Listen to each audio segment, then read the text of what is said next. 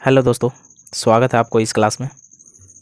अभी हम लोग क्लास 10th की जीव विज्ञान बायोलॉजी की तीसरी चैप्टर परिवहन। तीसरी चैप्टर कौन सा है? परिवहन। और इसका ऑब्जेक्टिव क्वेश्चंस करने वाले हैं। इसमें आपको टोटल 45 ऑब्जेक्टिव क्वेश्चंस देखने को मिलेगा। तो चलिए हम लोग स्टार्ट करते हैं क्वेश्चंस। हमारा पहला क्वेश्चन है, चालनी नलिकाएँ पाई जाती है। ये जो चालनी नलिकाएँ हैं किस में पाई जाती है? ऑप्शन ए जंतुओं में, ऑप्शन बी जाइलम में, ऑप्शन सी फ्लोएम में, ऑप्शन डी एककोशिकीय पौधों में। तो ये जो चालनी नलिकाएँ हैं वो किस में पाई जाती है? वो पाई जाती है फ्लोएम में। Option number C. Option number कौन हो जाएगा? सी हो जाएगा। अगला क्वेश्चन दूसरा number,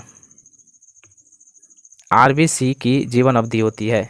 RBC red blood cell, red blood cell, लाल रक्त कोशिका की जीवन अवधि मतलब कि कितने दिन तक ये ब्लड जीवित रहती है?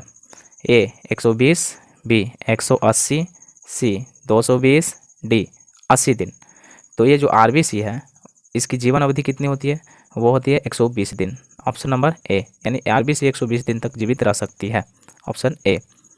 अगला क्वेश्चन तीसरा नंबर, निम्नलिखित में कौन सा संवहन ऊतक है? संवहन ऊतक उसे कहा जाता है जो ढोने का कार्य करता है, या तो जल हो या तो भोजन। जो ढोने का कार्य करता है उसी को क्या कहा जाता है? संवहन ऊतक।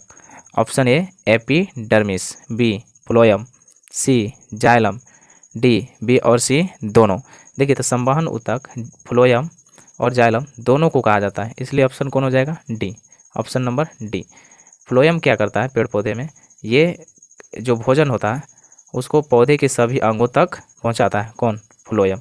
और ये जो जाइलम होता है वो जल का परिवहन करता है। पूरे पेड़ पौधे के अंगों में जल का परिवहन कौन करता है? तो वो करता है जाइलम। ऑप्शन देखिए बी और सी दोनों हो जाएगा। Option number D. Option number D. अगला क्वेश्चन 4 नंबर, रक्त क्या है? ए उत्तक, बी कोशिका, सी पदार्थ, डी इनमें से कोई नहीं।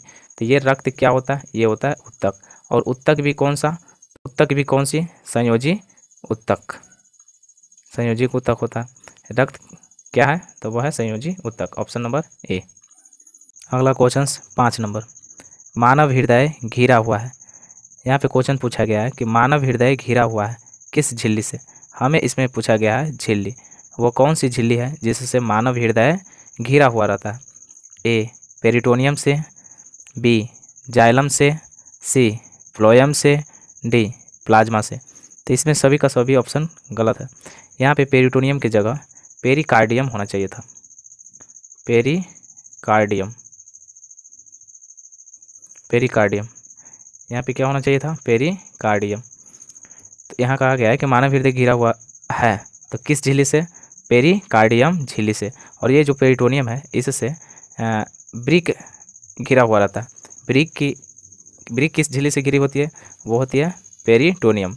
और यहाँ पे मानव हृदय पूछा गया तो मानव हृदय क्या होता है? वो होता है पेरिकार्डियम झिल्ली से ढका हुआ।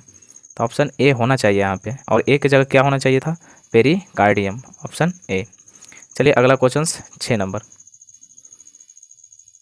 मनुष्य में श्वेत रक्त कोशिकाओं की जीवन अवधि कितनी होती है?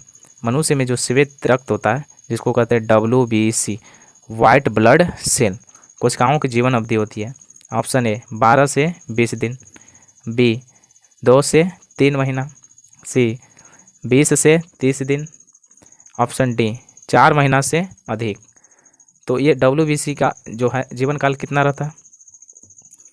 वो रहता है 12 से 20 दिन तक। Option A. ऑप्शन ए 6 का ए। अगला क्वेश्चन 7 नंबर, अगला क्वेश्चन 7 नंबर, किस जीव में हीमोग्लोबिन नहीं होता? हीमोग्लोबिन नहीं होता।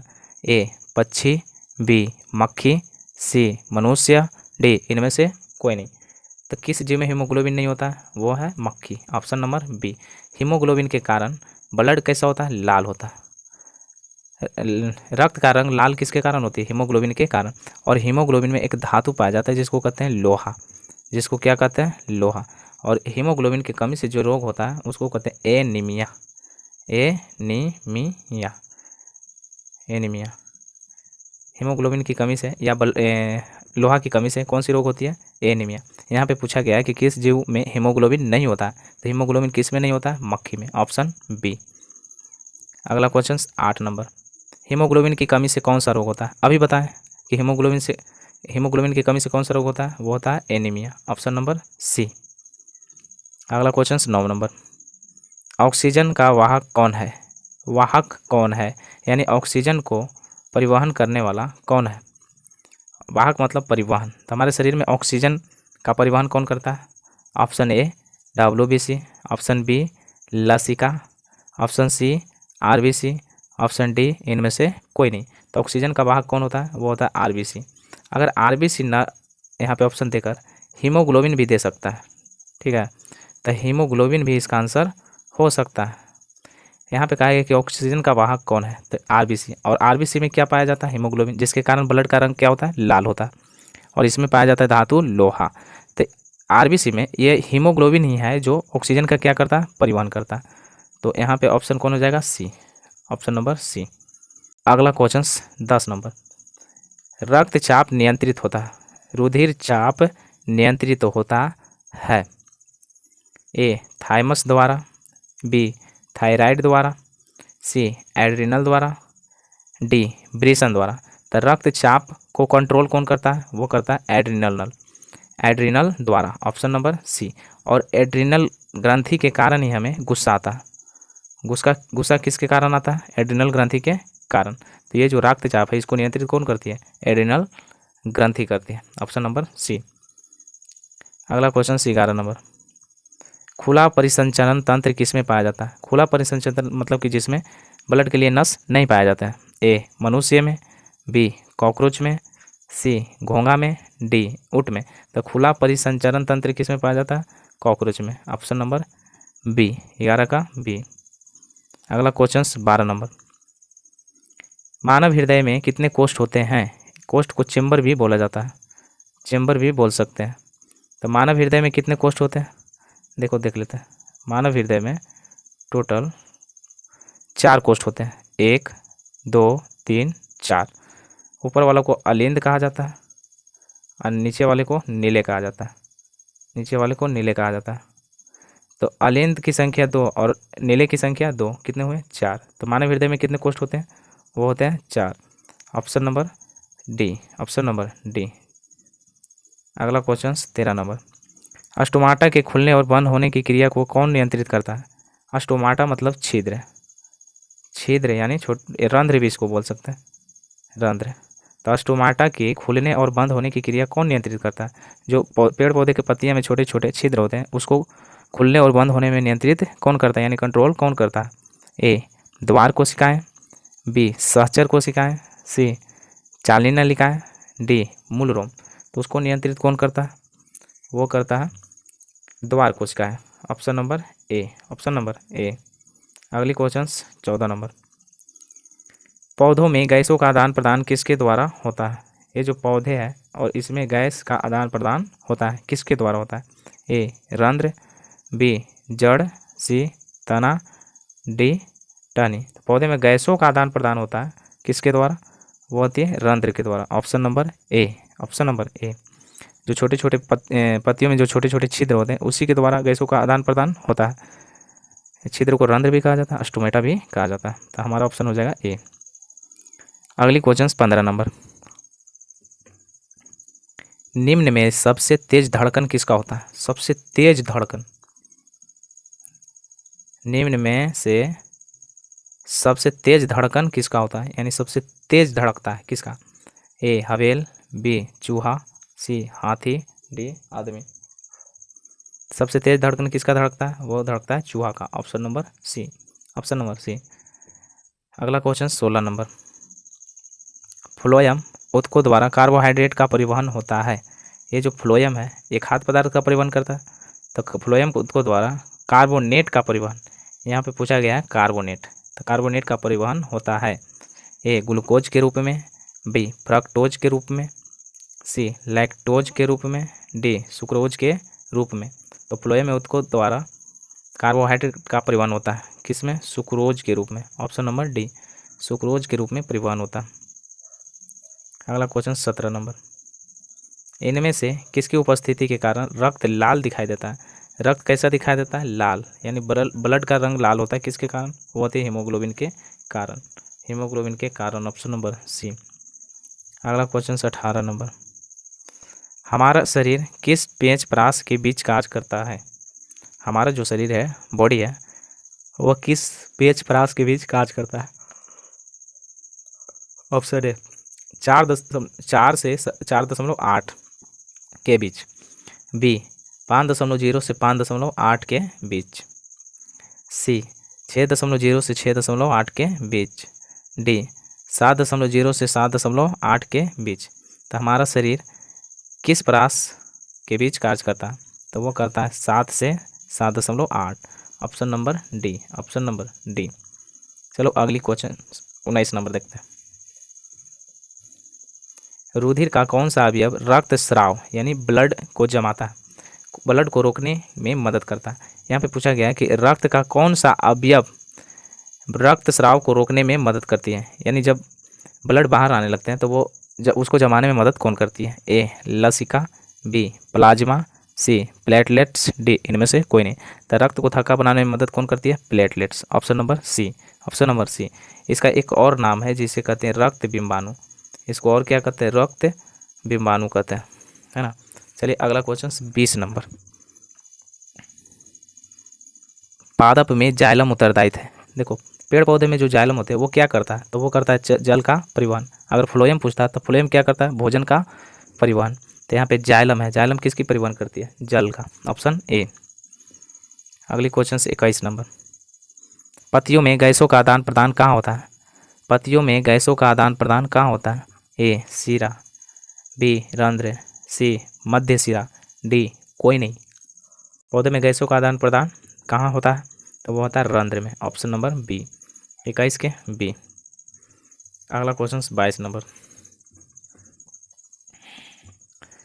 हृदय से रक्त को संपूर्ण शरीर में पंप किया जाता है। देखो हार्ट से पूरे शरीर में पंप किया जाता है किसके द्वारा? ए फेफड़ों द्वारा, बी नीले द्वारा, सी आलिंदों द्वारा, डी इनमें से सभी। इसका आंसर कौन होगा? ऑप्शन नंबर बी नीले द्वारा। इसको थोड़ा देखो यहाँ पे, ये क्या है? हार्ट है, और हार्ट के ऊपरी भाग को कहते हैं अलिंद। ऊपर वाला को अलिंद, नीचे वाले को नीले कहा जाता है, नीचे वाले को नीले। तो यहाँ क्वेश्चन क्या कहा गया है कि हृदय से रक्त को, यानी इस हृदय से रक्त को संपूर्ण शरीर में पंप किया जाता है, पंप किया जाता है। तब बताओ भैया, ब्लड तो नीचे आएगा ना, ये दोनों में नीचे आएगा, और ये प्रेशर मारेगा तब पूरे शरीर में फैल जाएगी, पूरे शरीर में क्या हो जाएगा? फैल जाएगा। तो नीचे वाले को क्या कहते हैं? नीले। तो संपूर्ण शरीर में पंप किया जाता है किसके द्वारा? नीले के द्वारा। Option number B, option number B. अगला क्वेश्चन 23 नंबर, निम्नलिखित में कौन से यंत्र का उपयोग रक्त दाब मापने में किया जाता है? ब्लड प्रेशर को मापने में किस यंत्र का उपयोग किया जाता है? ए बैरोमीटर, बी मैनोमीटर, सी स्फाइग्नोमैनोमीटर, डी इनमें से कोई नहीं। तो ब्लड प्रेशर को मापने में किस यंत्र का उपयोग करते हैं? स्फाइग्नोमैनोमीटर। Option number C. अगला क्वेश्चन 24 नंबर, रक्त का कौन से अवयव घायल स्थान से रक्त स्राव के मार्ग को रक्त का थक्का बनाकर अवरुद्ध करता है? रक्त को थक्का बनाने में मदद कौन करता है? ऑप्शन ए है लाल रक्त कोशिकाएं, बी श्वेत रक्त कोशिकाएं, सी प्लेटलेट्स, डी लसिका। तो रक्त का थक्का कौन बनाता है? वो बनाता है platelets. Option number C, option C. चलिए अगला क्वेश्चन देखते हैं 25 नंबर। अगला क्वेश्चन 25 नंबर, पादप में फ्लोएम उत्तरदायी है। फ्लोएम पूछा गया, तो फ्लोएम पादप में क्या करता है? ये भोजन का संवहन करता है, यानी भोजन का परिवहन करता है। 25 का बी, ऑप्शन नंबर बी। अगला क्वेश्चन 26 नंबर, रक्त का थक्का बनाने में सहायक होता है। यहाँ पे पूछा गया है कि रक्त का थक्का बनाने में सहायक होता है लाल रक्त कोशिका, श्वेत रक्त कोशिका, रक्त बिंबाणु, डी इनमें से कोई नहीं। तो थक्का बनाने में सहायता कौन करती है? वो करती है रक्त बिंबाणु। इसी का दूसरा नाम है प्लेटलेट्स। इसी का दूसरा नाम क्या कहते हैं? प्लेटलेट्स, है ना। तो थक्का बनाने में सहायक होता है कौन? रक्त बिंबाणु। ऑप्शन नंबर सी, 26 के सी। अगला क्वेश्चन 27 नंबर, एक कोशिकीय शैवाल में जल का परिवहन किसके द्वारा होता है? एक कोशिकीय शैवाल में पूछा गया, तो वो कैसा होता है? विसरण द्वारा। ऑप्शन बी, 27 के बी। अगला क्वेश्चन 28 नंबर, मानव हृदय का औसतन प्रकुंचन दाब लगभग है। प्रकुंचन कहा गया, प्रकुंचन, प्रकुंचन मतलब कि जो हृदय है वो पूरे शरीर में कितना प्रेशर से भेजता है? तो ए 120 mmHg, बी 150 mmHg, सी 90 mmHg, डी इनमें से कोई नहीं। तो ये जो हार्ट होता है वो पूरे शरीर में, प्रकुंचन मतलब कि सिकुड़ना, जब सिकुड़ती है तो पूरे शरीर में क्या हो जाती है? ब्लड फैल जाती है। तो ये कितने स्पीड से जाती है? वो जाती है 120 से। देखिए हृदय से पूरे शरीर में 120 की स्पीड से जाती है और पूरे शरीर से हृदय में 80 की स्पीड से आती है। कितना की स्पीड से? 80 की स्पीड से। यहाँ पूछा गया कि औसतन प्रकुंचन दाब है लगभग 120 mmHg। अगला क्वेश्चन 29 नंबर, पौधों में वाष्पोत्सर्जन किस भाग में होता है? वाष्पोत्सर्जन, जल को वाष्प बनाकर उड़ा देना क्या कहलाता है? वाष्पोत्सर्जन। ए जड़, बी तना, सी पता, डी फूल। वाष्पोत्सर्जन किस भाग में होता है, यानी जल कौन उड़ा देती है? तो वो उड़ाती है पत्ती। ऑप्शन सी, 29 के सी। चलिए अगला क्वेश्चन 30 नंबर, गार्ड कोशिका की कौन सी भित्ति मोटी होती है? गार्ड कोशिका की कौन सी भित्ति मोटी होती है? ऑप्शन ए भीतरी, बी बाहरी, सी पार्श्व, डी इनमें से कोई नहीं। तो गार्ड कोशिका की कौन सी भित्ति मोटी होती है? वो होती है भीतरी। Option A.